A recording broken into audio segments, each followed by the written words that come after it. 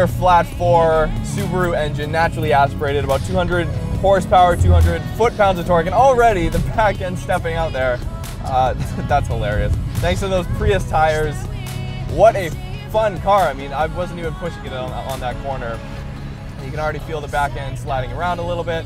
So much fun. I've wanted to drive this car for a very long time. A sports car, in my opinion, should not be any bigger than this. You need it to be able to pick your lines in the corners. You need to be able to huck it into a corner and feel confident of where all 4 wheels are. And I think the car looks great. You definitely notice them when you see them on the roads at night. The headlights look awesome, tail lights look awesome.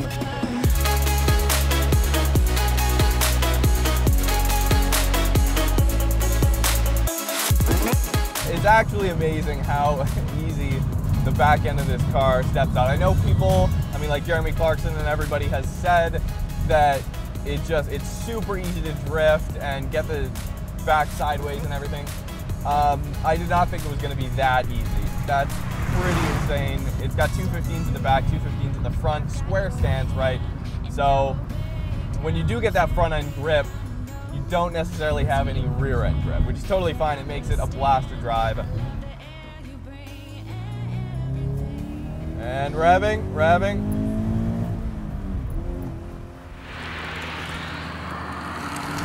So the power in the FRS, it's not scary, it's not throw you back in your seat kind of power, it's not exciting power.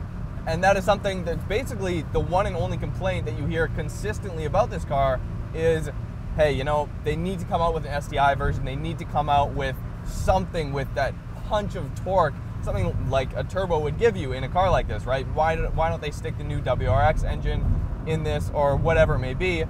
And you know what? Before driving this car, I said, maybe it doesn't need more than 200 horsepower. And on a very tight road, you'd be completely right. But on an open stretch, for the looks of this car and for how awesome all the driver inputs are, it definitely could use some more power, especially in the mid-range. Can you knock the car for it? Oh, of course. This car would be, I feel like it would add a lot more character to the car if it did have more power. But at the same time, to keep the costs down, to keep the reliability up, you kind of need to keep the motor NA. There definitely is a torque dip, but then it kind of picks up again between 6,000 and 7,500 RPM where the red line is. You either are kind of driving this car around town in the lower revs below 4,000 RPM and you have a decent amount of torque, you have something to carry you, or you're in the twisties ringing it all the way out to red line. That's kind of your only 2 options in this car. Oh, the sight of you brings the fight in me, makes me wanna move. Fingers down your spine, looking in my eyes, feel your hands on mine. Tonight we're free. So that's one thing. If there's one thing that's really going to take me out of a driving experience, it's going to be the shifting feel. If I get into a car and you've got, like, you know, sloppy shifter feel, I'm not going to enjoy myself. I'm just not going to have a good time. It's going to completely disconnect me, and I'm going to have to consciously think about where I'm putting the shifter into place. Whereas a car like this, that's just not the case. The gears go in really awesome, solid shifter feel, seating position is great. And revving. Shift light there, telling me to shift.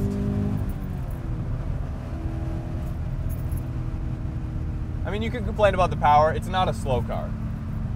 When you jump from this into like a first-gen Miata, I mean, this thing's just gonna blow the Miata out of the water in terms of speed, but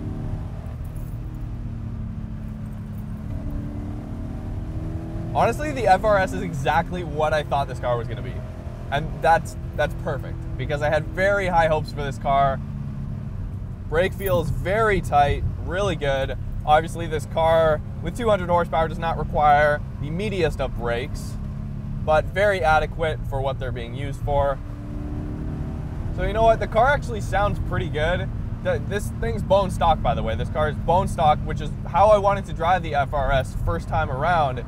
And it does have that funny little intake pipe in the engine bay that feeds exhaust noise or rather intake noise into the cabin, which I find absolutely hilarious because a lot of BMWs are doing that electronically nowadays. But there we go, back in, playing around a little bit. It's just a really fun car. It's like a Miata in that sense that you don't have to be going, 150 kilometers an hour around a corner to have a lot of fun. All right, so in terms of the interior here, I think Subaru and Scion, or Toyota, have done an awesome job of making this differ vastly from a lot of other Toyota and Subaru products. The sides on the door cards here and everything, it all looks really solid. I absolutely love the gauge cluster. You've got one thing that also is going to ruin a driving experience for me. It's going to be a crappy gauge cluster. This is like, no, we've got the tach dead center. You've got a digital speedo. Everything's really easy to read. It's not going to get you into trouble. Good fuel economy. Still got a trunk. It's got back seats as well.